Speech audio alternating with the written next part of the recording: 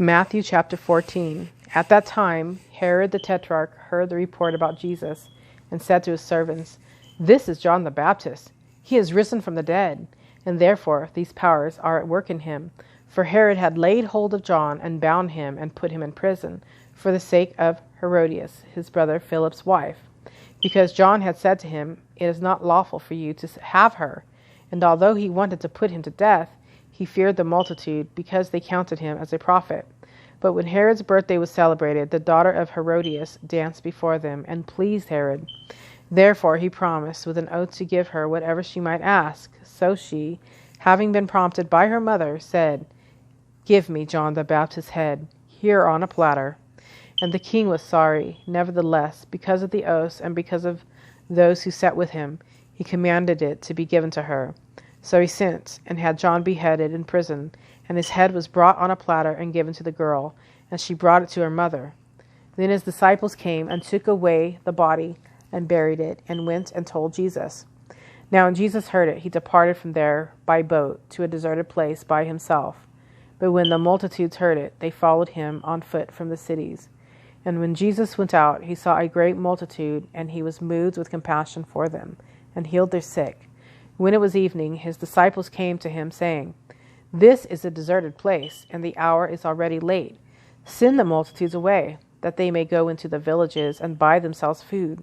But Jesus said to them, "They do not need to go away. You give them something to eat." And they said to him, "We have here only 5 loaves and 2 fish." He said, "Bring them here to me." Then he commanded the multitudes to sit down on the grass, and he took the 5 loaves and the 2 fish, and looking up to heaven, he blessed and broke and gave the loaves to the disciples. And the disciples gave to the multitudes, so they all ate and were filled. And they took up 12 baskets full of the fragments that remained. Now those who had eaten were about 5,000 men, besides women and children. Immediately Jesus made his disciples get into the boat and go before him to the other side, while he sent the multitudes away. And when he had sent the multitudes away, he went up on the mountain by himself to pray. Now, when evening came, he was alone there. But the boat was now in the middle of the sea, tossed by the waves, for the wind was contrary. Now in the 4th watch of the night, Jesus went to them, walking on the sea. And when the disciples saw him walking on the sea, they were troubled, saying, "It is a ghost!" And they cried out for fear. But immediately Jesus spoke to them, saying, "Be of good cheer. It is I. Do not be afraid." And Peter answered him and said, "Lord, if it is you, command me to come to you on the water." So he said, "Come." And when Peter had come down out of the boat, he walked on the water to go to Jesus.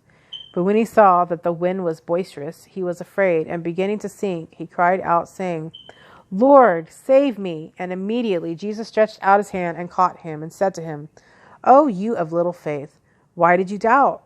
And when they got into the boat, the wind ceased. Then those who were in the boat came and worshipped him, saying, "Truly you are the Son of God."